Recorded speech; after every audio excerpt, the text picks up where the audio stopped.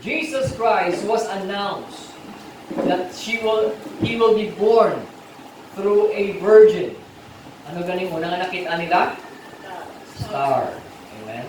The stars signifies that the Son of God, Jesus, is born during that day in Bethlehem. May mga astrologers that they spend all their life studying about the signs and the seasons of times. Maghulag ang bituon, kabalo sila kung ano na. Maghulag ang bulan, kabalo sila kung ano na. Because they're created to govern times and seasons. Timing. Amen? Because God has no time clock. Ang Diyos wala orasan po sa atong mga tik-tak, tik-tak, tik-tak, tik-tak, tik-tak. Wala siyang ito, 12 hours, 24 hours. He set signs like stars, the moons, and the seasons to govern and even to determine dates and seasons in this world. So when the birth of Jesus Christ was being announced, anong sinyal na nataw na si Ginoong Jesucristo? May isa ka bituon na nagsubang kung saan sa langit. And the astrologers, they knew exactly that the child was born in Bethlehem. Dinsundan nila kung silak sang adlaw o silak sang bituon na nag-signify, that testify, or it is a sign, it's become a sign that the Son of God, Jesus Christ, was born in the day of Bethlehem. So, buwas, may tawag na solar eclipse. Kung mag-rapture ng buwas, sigurado ka mapusan. Kung buwas ang katapusan sa adlaw, babay sa mga tao nga wala kay Jesus. Amen? Kung madula kami diri, inyo na sa lakyan ko, paala na kamo diri sa balay. Amen? Because I am not belong in this world. Though I am in this world, I am not of this world. And so are you. Amen? You have a citizenship, dual citizenship. You are a Filipino, at the same time, you are heavenly citizen. Na miya mag-rapture, upod tanan. Amen? Mag-rapture, upod ka tanan. And make sure nga ara ka sa tiyakto nga lugar, tiyakto nga tiod, kag tiyakto nga tao. Kung mag-abot yung mga Ginoo, magtulog ka trumpeta, ready ka na. Amen? Because I believe solar eclipse is one of the signs that Jesus Christ is coming very, very soon. His return is very, very near. Taman kalapit na sa iya nga pagbalik. Nga kinahanglan kita mangin handa, kinahanglan kita mangin vigilant. Amen? Ginakugbat na sumong yawa. Kaya samtang nagapalapit ang pag-abot ni Jesucristo, nagapalapit ang yation paagi para siya silutan dito sa lake of fire. Subok wala pa lake of fire. Hey, this pa lang, tiilan sa impyerno, napatay ka, naging mo kamalain, makadto ka sa tiilan sa impyerno. And the Bible speaks about of the second death, which is the Hades will be thrown into the lake of fire. Sa Hades, ang yawa ang mga ari-ari. Amen? Siya ito kapang natigong, siya kapang tugboy sa kalayo. Sa times of judgment, in the final judgment, when Jesus Christ will return, Hades will be thrown into the lake of fire, and Satan himself will be thrown into the lake of fire, including with his cohorts and his demons. Ang tanan ng tao na wala batong kayo ng Jesucristo, ipagatagpo man sa linaw sa kalayo. And the Bible says, this is the second death. Amen?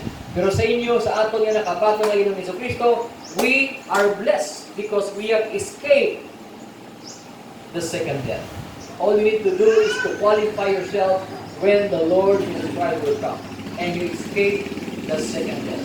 What we are waiting for is the renewing of our body into an immortal body. You will be transformed in the twinkling of an eye. We will have an immortal body as Jesus Christ has promised when He comes. Somebody say amen. Amen. Matthew 24 verse 1. And Jesus left the temple and was walking away when his disciples came to him to call his attention to its building. And verse 2, do you see all these things? Jesus said. He asked, truly I tell you, not one stone here will be left on another. Everyone will be thrown down. He's speaking about the temple of Jerusalem to be destroyed before Jesus Christ will return. So we hear rumors of wars and wars after wars, And it could be the great sign nila patutubantayan when all the nations of the earth will gather around Israel, kagbumbahan nilang Israel, mga building, magkalaguba. Wala sing bato, mga sampaw, sa isa ka bato, ginabumbahan sila sa mga neighboring cities and neighboring nation. And that could be one of the fulfillment of the prophecy that there will be no stones na nagatindog kung nagasampaw sa isa ka bato. Not everyone left on another. There will be left on another. Everyone will be thrown down.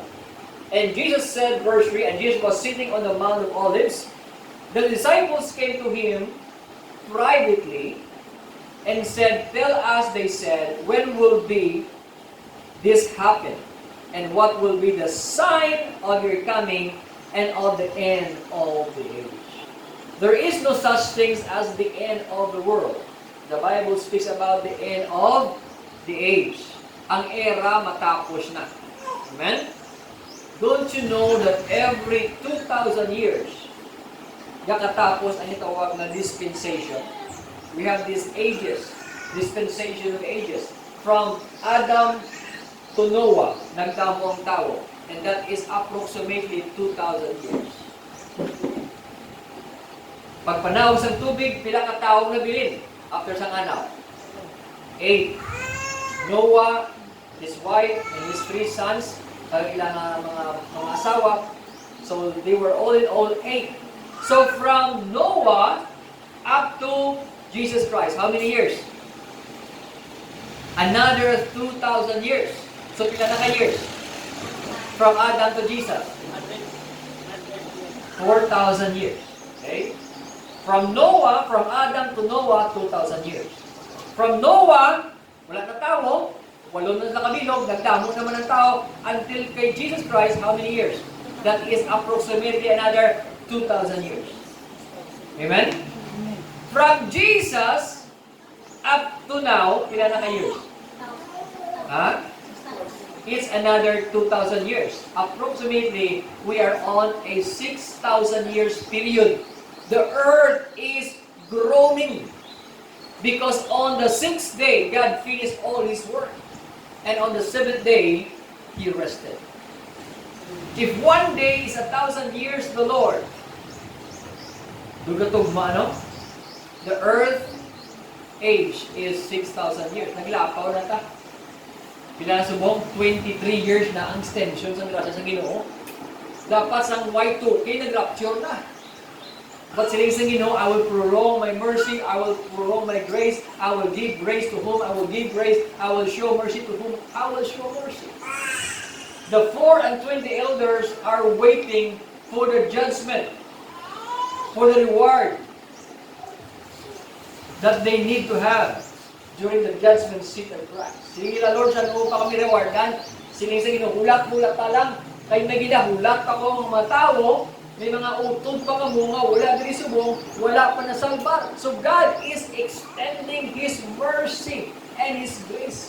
Ginapahanunutan sa Diyos ang manapla before niya i-judge.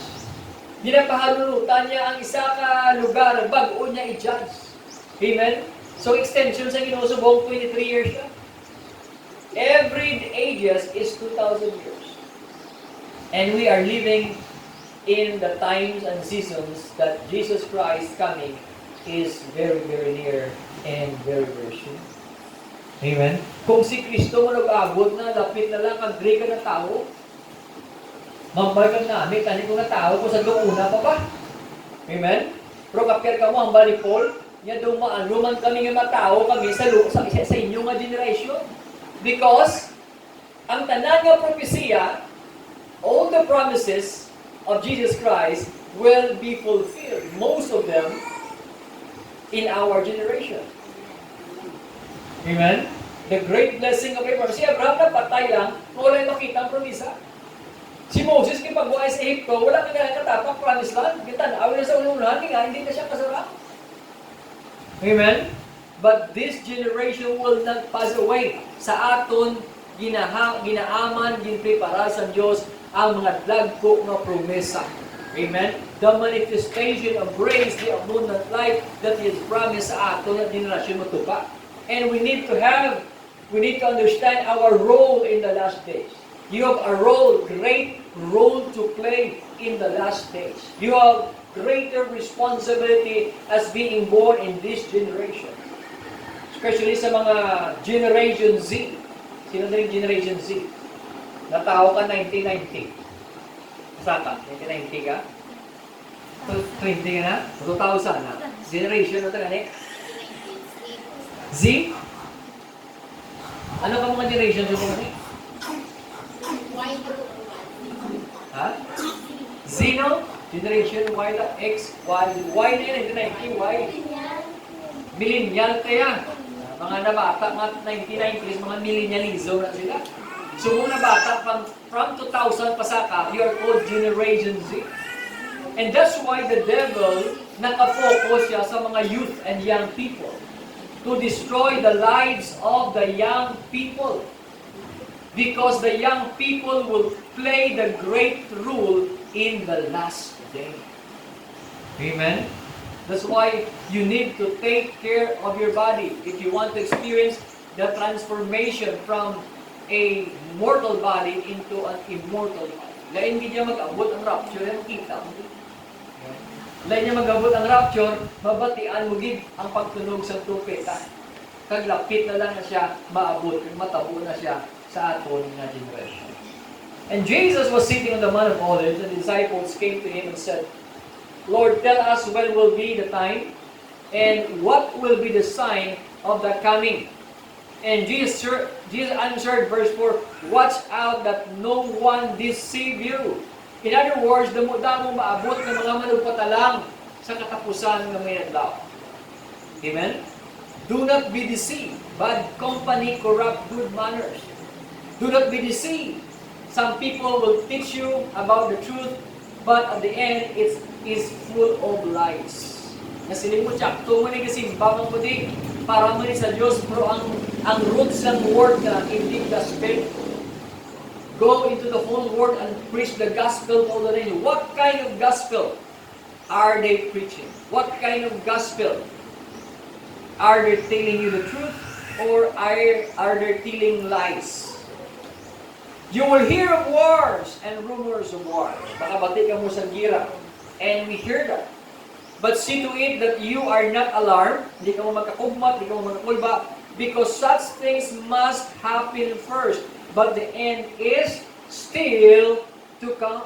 Kung makabatik ka mo sa mga gira, tinatsanay dito, so hindi ka mo makulba, hindi ka mo magkumpat, hindi ka mo ma-alarm, kaya kinanglan siya matabo, hindi mga bagay before the coming of the Lord Jesus Christ. And verse 7 it says, nation will rise against nation and kingdom against kingdom. It's speaking about the war that is going on from the kingdom to another kingdom, from the state to another state, from Israel to Gaza, from Israel to Lebanon, from Israel to Iraq, and to their neighboring cities na ginabumbahan sila subok. Amen? And it will never stop. Amen? It will never stop. Israelites, they were born for war. That's why pagkabata na nila, ang edad ng bata nila, 8 katuig, gawin ang malay. Ang mga babae nila, kataklos 45. Mga yung balon sa tatay, dad maspila ko, ari balon, ari 45. Nami mo ng siguro sa aton rin, no? Kung himuon ta na, wala siguro may matunto sa bata mo, no? Mga luya ko sa bata mo. Tingin na. Hindi na kinanglaman na huwag kay tatay, may 45 na sa likod. Hindi mo pa dyan, machine gun sa likod niya. Because they are allowed to carry firearms because they are born for war. At any moment, pwede sila pakilon and that they can defend themselves and they can defend their nation. When you receive Jesus, you are called and you are considered spiritual Israelites. That's why Jesus Christ said, be vigilant, be sober, bantay ka gulingon mo, mapagmatsyag ka, mabinantayan ka kung ka katabo sa palibot. Damo kataway, kabalong arat kita subong sa katapos sa inanlaw. Maybe pamilya mo, wala kabalong, malapit na lang mabot si Kristo. Maybe kapag mo balay, wala kabalong. Amen? Ano ba daan nila ya? Makaon ka, matulog ka, mga sawang mana, mga po, makaon, matulog, mga sawang, obra, mga po, makaon, matulog mo, obra, mga sawang, mga po. Tapos pating ulang ka na, patay ka, lubong ka na, hindi na mo kamuhi. There is life after death. Amen? Your body is temporary place of a true you. Ang tuntun ikaw, ang sulod, ang imong kalag. Amen? Panitagaan ka sa Espiritu ng Diyos, that's why na-born again ikaw. So nation will rise against nation as a sign that Jesus Christ is coming very, very soon. Kingdom will rise against kingdom. There will be famines. Amen? May mga tigulutong.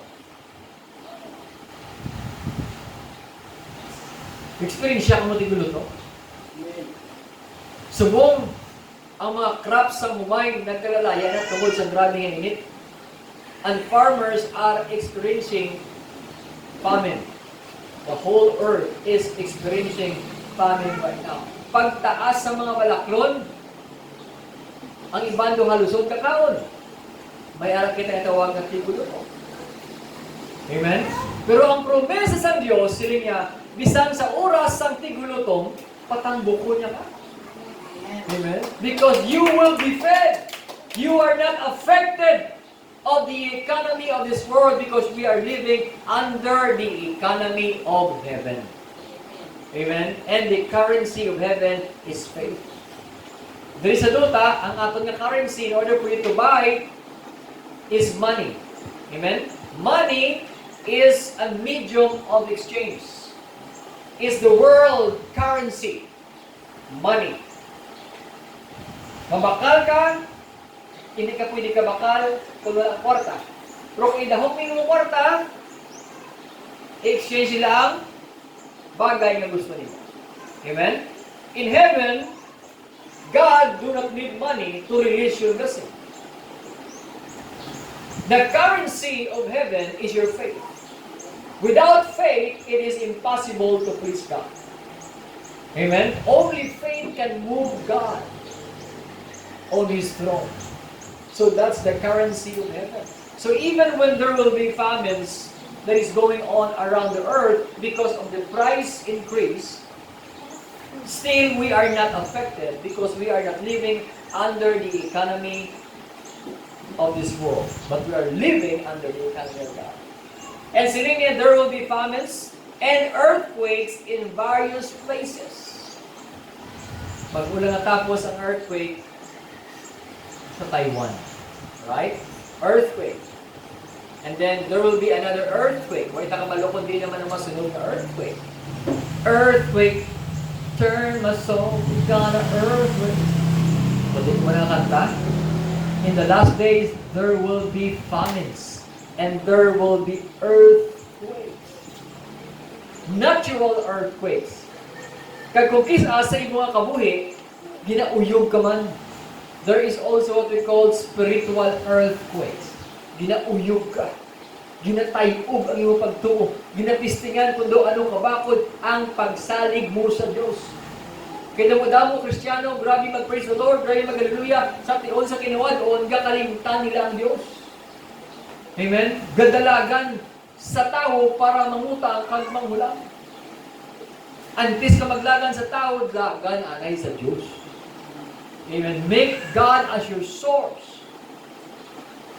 Amen. May isa ka tao, ang topic ng mga gapon, may isa ka Kristiyano, ginibit ni niyang turko. Muni ang mundo, Jesus loves you, hinulog ko sa iyong mga sala, sinabat siya ka turko. Yeah. Doon nahuya ako sa Diyos nyo. Ginawitnisan mo kung nga magtuo sa iyong Diyos, tapos ikaw ka pangutang sa ako. Yung question ng iyong pagkakrisyano, ambot sa iyo ang Diyos mo, hindi kamuling mo. Ang Diyos mo, hindi ka provide sa kinanglanan mo. Amen? Sino na ang Diyos mo? Huluya, no? Dahil may kung Kristiyano ka, stay away from death. Amen? Hindi ka gid magpahigot sa utang. Pag may utang ka, make it as your goal na mabayaran mo yung utang. Kag kung ma-impas mo lang yung mga utang, make a promise to yourself na hindi ka na mangutang. Because kung may utang ka, higot ka sa tao na nagpautang sa iyo. You are bound. You are not free. You are a slave to a person that lends you money. You are a slave of anything that masters over your life. But Jesus Christ came to give you life, and life, to live a life more abundantly. Amen? God has called you to become the head, not the tail, above and not beneath, the lender, and not the borrower. Gintawag ka sa Diyos para magpahulam, hindi mangutang. Amen? Pastor, may utang ko, sala na. Hindi na sala, hindi na mangutang liwat. Ang sala na kung wala kang gabayad, sa imong utang. Amen. Pero kung Kristiyano ka, nagasiling ka, may pagtuo ko sa Diyos, may pagsali ko sa Diyos, therefore, hindi mangutang. Put God into a challenge. Because He is able to provide all your needs according to His riches and glory by Christ Jesus. There will be famines, at the same time, there will be earthquakes in various places. Hindi lang duta ginauyog. Kung kisa ginauyog ang atong pagtuo, ginatilawan ang iyong pagsalig sa Ginoo. Amen? That's why may mga pagtilaw, may mga challenges in mga life, and that is to prove how much you trust God. It's not enough that you believe in God. Amen? Pila sa inyo kapati sa Diyos? Amen. Pila sa inyo nagatuo sa Diyos? Amen. Pila sa inyo kasalig sa Diyos? Amen. Tistingan ka gina. Hasta gidiin ang pagsalig mo sa Diyos. Amen? Ang tao nga may pagsalig sa Diyos, wala utang. Sakit-sakit ba? Amo na ang kamaturan. Amen?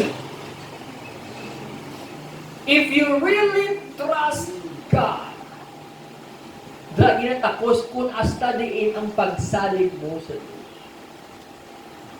There was a time may balayran kami, wala ko may mo. Tamaan ka dako sa amon ng balayran.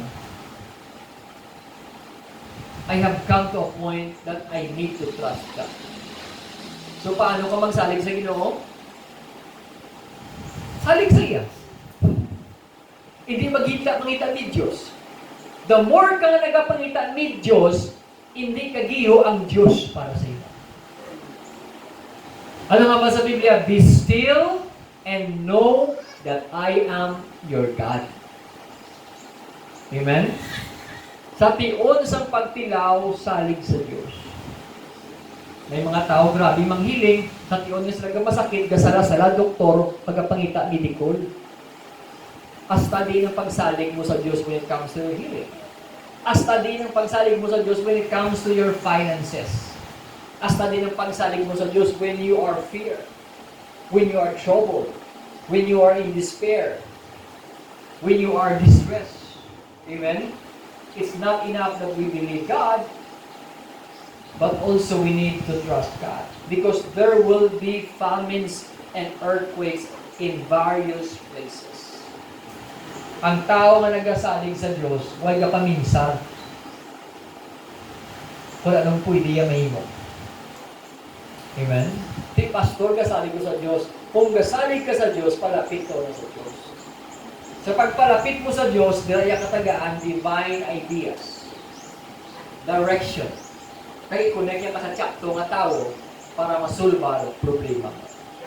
Anong hinihimo natin? Nagauna kita kadto sa tao, nagauna kita himo, tikang, kagpadiyot para masulbar ang atong problema.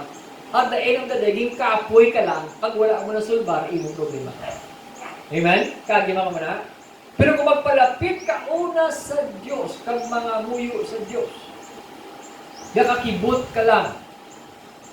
Sila niya, my ways are not your ways, and my thoughts are not your thoughts. Sila niya, He will provide rivers in the desert. God will make a way when there seems to be no way.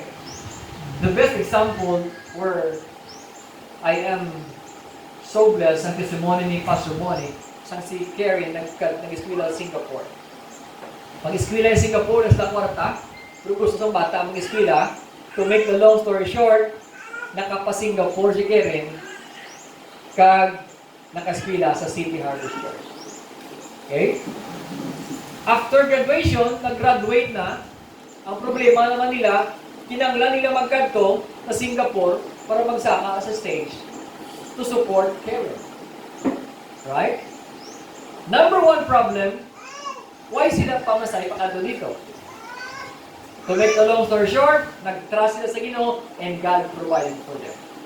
Sa manuglakad na sila, the next day, pagkabuwas malakad sila, nasakwa nila ng ilang visa expired. Okay? Visa mo expired, amon si Ron, hindi ka kasulod sa Singapore. Sa airport pa lang, dakpon ka na, kang ihabuhi pa muli. Imposible na makalakad sila.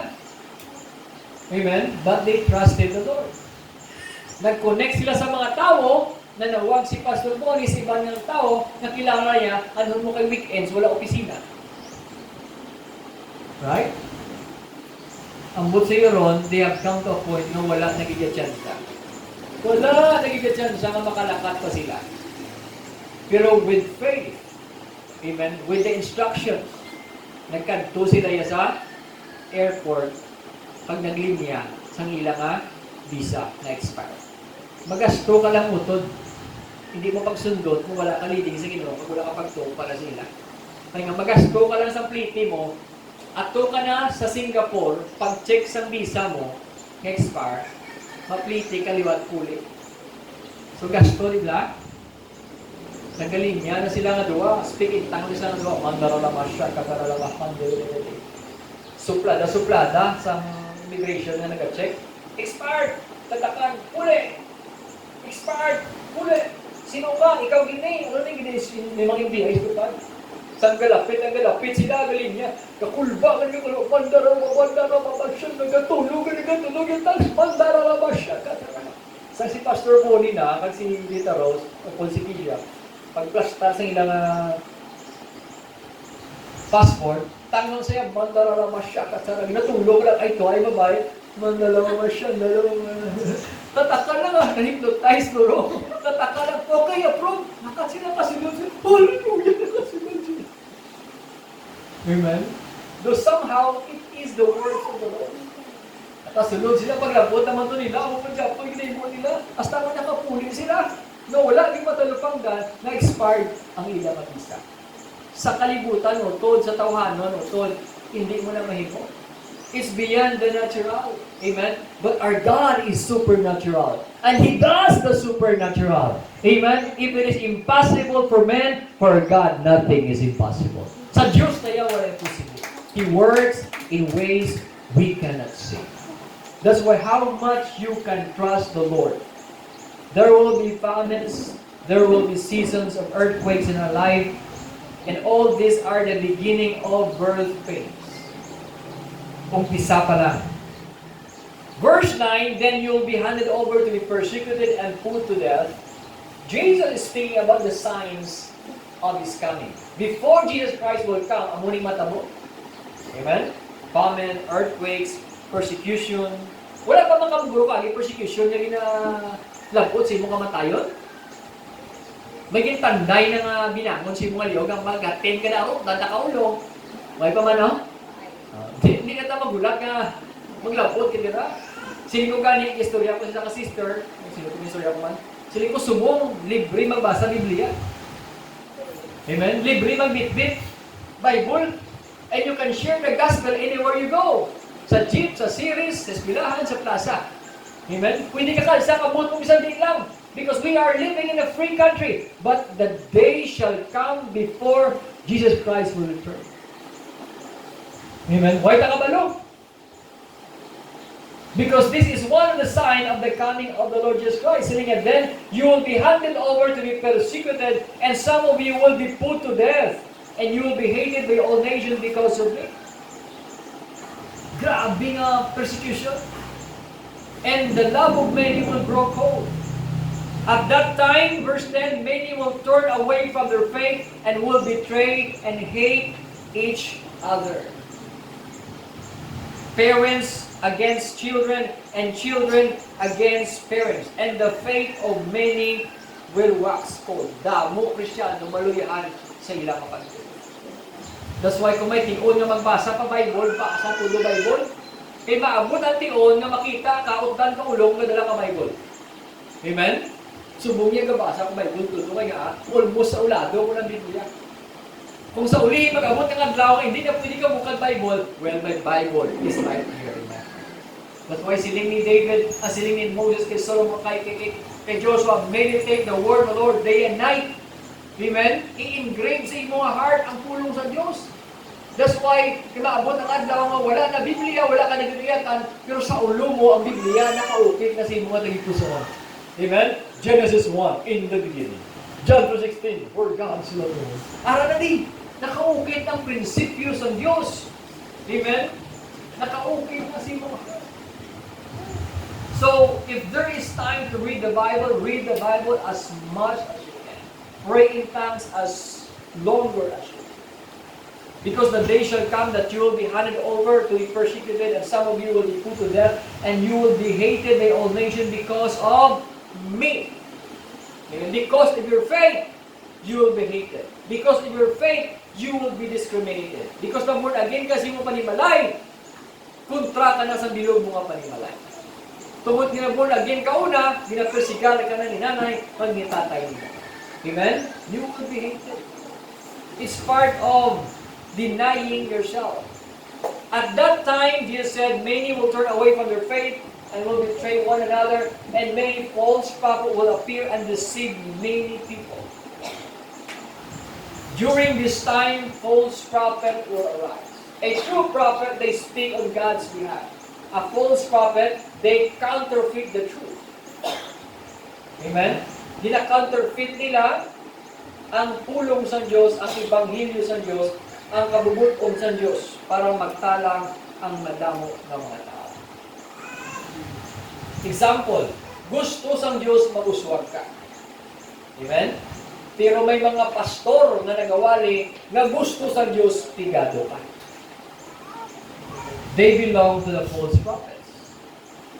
Amen? Damo ka kontra sa buong simbangilyo sa kaswagan. It was already planned of God that in the last days, mauswag ang simbahan sa Ginoo to finance and to further the gospel of the Lord Jesus Christ. Amen? Tanaw, wala kong damo, kwarta mo. Isang din, pwede ka kanto. Pwede ka ka-evangelize. Pwede mo matipon sa kabarangay, pakaunon mo ang balihan. Pwede gino. Tanan nga pigado, pwede mo pakaunon, nag-aamong po sa store sa mabalay. Amen? Pero subok, hindi mo na mahimo. Kaya ikaw mismo, kinanglan mo na. So kung mag-uswag ka na because of your faith, because you trust the Lord, and you learn to obey the principles of God, and you're no longer affected in the economy of the world because you're living under the economy of heaven, and that you are blessed and abundantly filled by God. You can do it. Amen. You can rebuke the false prophet that prophesy and teach deceiving words and deceptive spirits. And many false prophets will appear and deceive many people. In other words, damo tao matalang sa iyo. Damo tao matalang sa iyo. Dira sa Banwa, pinupad-tupad ano? Iglesia, Mormons, ito pa nila. Isa pagidi. Kung ikaw isa ka tao, mapangita ka sa kamaturan. Anong dapat may mo? Read your Bible. Amen? Hindi ka lang basta-basta mamati sa gawain. That's why in-encourage sa kamo to read your Bible. I-check nyo kung ginawali ko para sa Bible. Pag-check to. Amen? And you can ask me questions. Don't just listen, but read the Bible. Faith comes from hearing. That is listening. And faith comes from hearing again. That is for meditation. If the Word of God become a word, a rhema word to you. Verse 12. Because of the increase of wickedness, the love of most will grow cold. Tungod sa kalalakan ng matabo, sa sining kalibutan, damo tao ng maluyahan. Amen? Ang balat tupad mo, Pasko kapag tuon mo. Ang balas, hindi magpalaluya. Kung ang tupad mo laluyahan, baskog ka dapat. Amen? Kaya pwede mo na siya mabuligan. That's why sila niya, love one another, help each other, carry each other's burden, and pray for one another. Because the day shall come, kung man persecution ang tanan, Christians will betray another Christians. Sino mabetray? Ang mga naluyahan. Okay lang na, kay baskog pa sa. Hindi niya ka na pag-betray. Pero kung magluya na nang ipagtuo, amo na siya muna na mabetray siya. Amen? Magtakpanay na, din siniday, hindi niya balay. Una ako, naging natudlo na si Mo, naluyahan. Salbaro niya nang yakaw galingon, para hindi siya magpatyon. Because the day shall come that you will be hated by all nations. Amen? Look, exciting part sa ato na life. Amen? That's why saying, in the last days, those who call upon the name of the Lord shall be saved. That is for the children of Israel. That is for the people of God. But the one who stands firm to the end will be saved. Siya nga nagapadayon, siya nagabatas, tubtub sa katapusan. Maluwas. So there is a call for endurance. Amen? That you need to endure all things. Endurance is the definition of love. You need to be filled by the love of God in the last days, because only love can endure all things. He who endure up to the end shall be saved. Dapat may ara ka batasan, nakabalo ka magbatas. Lumagutod sila ng batasan. Batas. You need to endure. You need to suffer long. Amen? You need to have that spirit that say, I will never give up.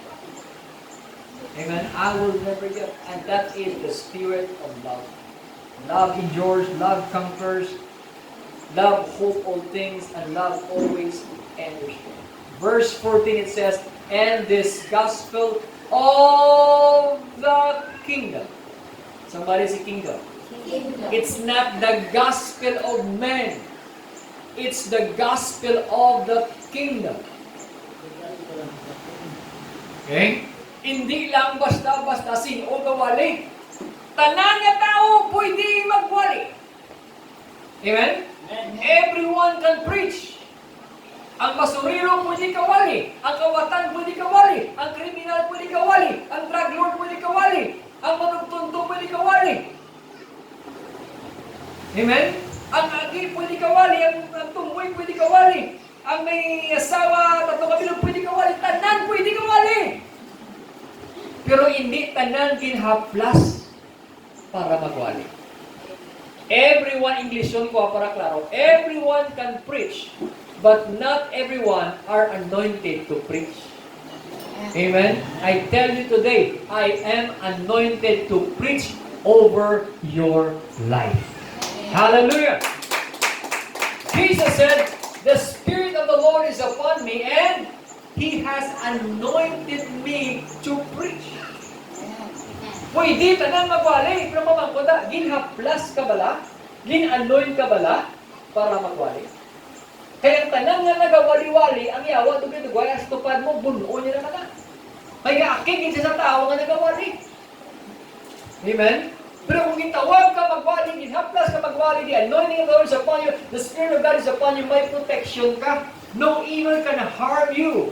No forms or weapons of the enemy will be able to afflict you because you are under the covering of God.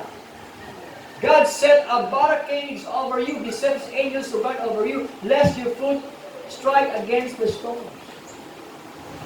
Amen? That's why, nami kung gawali, see to it that you are anointed also to preach, and you are called to preach. And this gospel of the kingdom, what is the gospel of the kingdom? Ano ang mensahe? Mensahe sa kaluwasan, mensahe sa pag-ayo, ang mensahe sa kauswagan. That is the gospel of the kingdom. In other words, Jesus saves. Also, Jesus heals. And also, Jesus prospers. Amen? Sa prosperidad mo, ari na ding imo kahilwayan, ari ding imo pagpang-ayo, ari na ding imo nga provision, ari na ding imo nga redemption and restoration. That anything the devil has stolen from you because of Jesus Christ, ginbalik na liwat sa imo 7 times more. 7 kapilo kung ano man ang nadula sa imo. And this is the gospel of the kingdom that should be preached in all the world as a testimony to all the nations, and then the end will come. Amen? That's why God is raising up men and women of God that would answer the call for Him. The Bible says the eyes of the Lord is running to and fro, seeking such heart that is contrite. Ang mata sa Diyos kapangita kung sino tawa gusto ganito. Amen. Kita mo sa buong wali-wali lang, kung wala sila piling sa Diyos para magwali. Pero ang mata sa Diyos kapangita, sino gamiton ko man, sino kapangita sa tripo humatsak to. Amen. And the moment you hear the word of God, tell God, Lord, here I am, use me. Lord, here I am, use me for your glory. Lord, here I am, gamita ko Ginoo before Jesus Christ will return. Amen? Offer your body as a living sacrifice. Answer the call of God. Laban sa inyo may pagtawag sa Diyos. Especially the young people. Hallelujah. Glory to God. And the gospel of the kingdom will be preached in the whole world as a testimony to all the nations, and then the end shall come. Ang buti ron, kung gabuli kita share sa pulong sa Diyos, ginapadali natin ang pagbalik ni Ginoong sa Kristo. Gusto niyo matinir pa kamudyaw? Samtang katinir kita sa kalibutan, galaot, di siya nga nagalaot. Amen? Galaot nga nagalaot, gainit nga nagainit. Kapag ka mo kung pilang init, degrees mo? 43. That's why 40 kainit. Kay 43 na siya. Amen? Samtang nagadugay, 40 kainit ang kalibutan. 43 degrees Celsius ang kainitan. Amen? Ang yawa, 40 makainit. Sang ulo sang yawa sa imo. That's why ang tao mag-decide, Lord, maservisyo ako sa imo. Amen? O Jamila, decide, maservisyo sa Ginoo. And that's very good. Ang yawa, kanya sa imo. Himuon niya ang tanan para hindi ka kapalapit sa Diyos. Ikabalo siya, pwede ka kapalapit sa Ginoo. Kabalo siya kay pagtawag ka sa Diyos. God can use you to influence other young people and save them from the lake of fire. Amen? That's why kagabi, misa na matyan, namudamo tao. Mudamo tao. Kawali kami dito. And many got saved, many got healed, and many received hope for their hopeless situation. Amen. Kapati kuya kada pulong na mabuhi ani mga magawa sa video, preach the gospel of the kingdom, the gospel of salvation, the gospel of healing, hope and deliverance and prosperity. It gives them hope and great expectation. Kaya kung isang tao madulaan sa paglaom, pagkabati sa pulong sa Diyos, daragang bukas nila nga mata, ay may tiyan sa pagalit, ay may paglaom pagalit. Amen? Huwag ka lang kabalong sabat sa panamangkutanon sa isa ka tao oras mo. Wala ka lang kabalong ang healing na ginapangita niya ara sa kamot mo. Amen? Kung kisa wala sa akon, huwag kang maaral sa kamot ni Tinday. Wala sa akon ng revelation, ara ka kay Queen. Amen?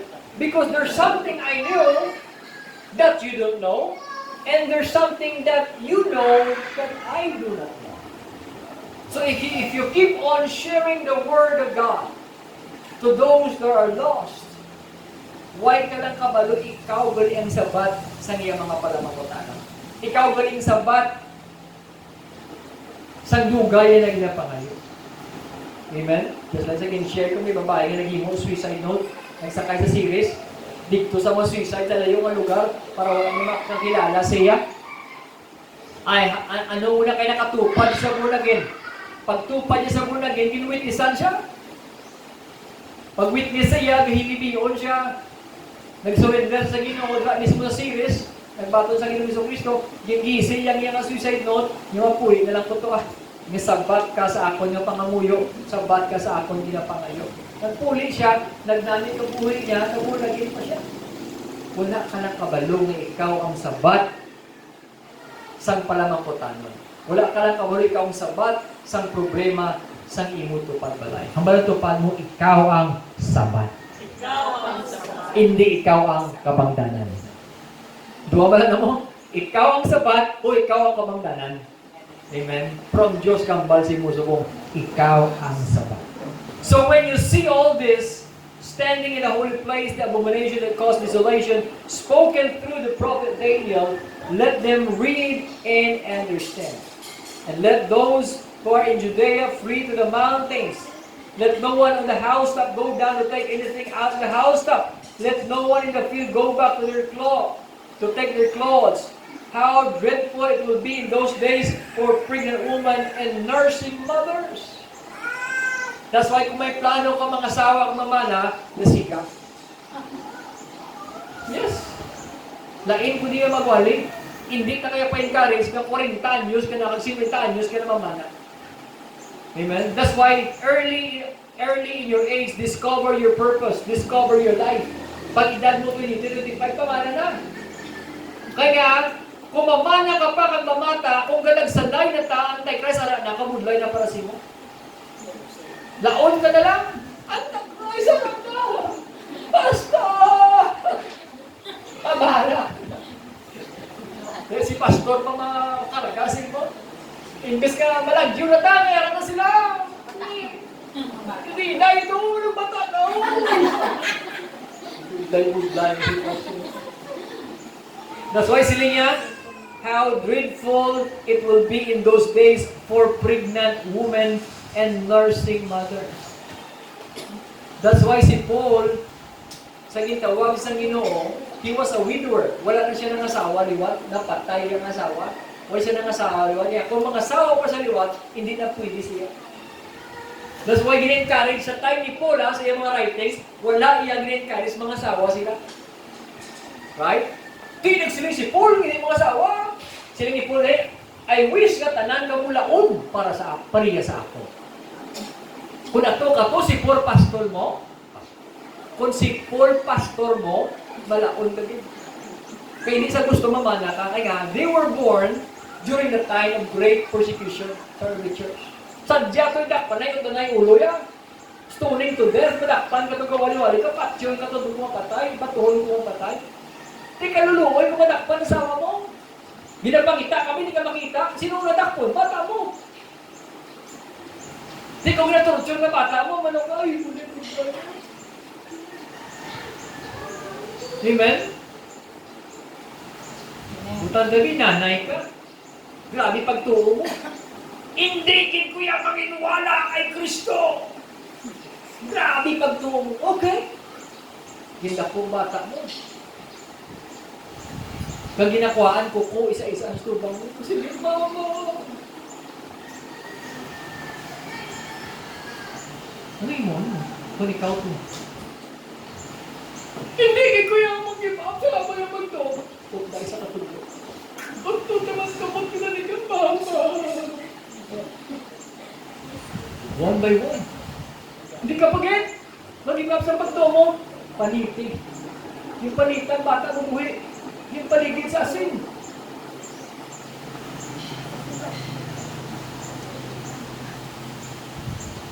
Makasiling ka nga, hindi ka mag-iwas yung faith mo.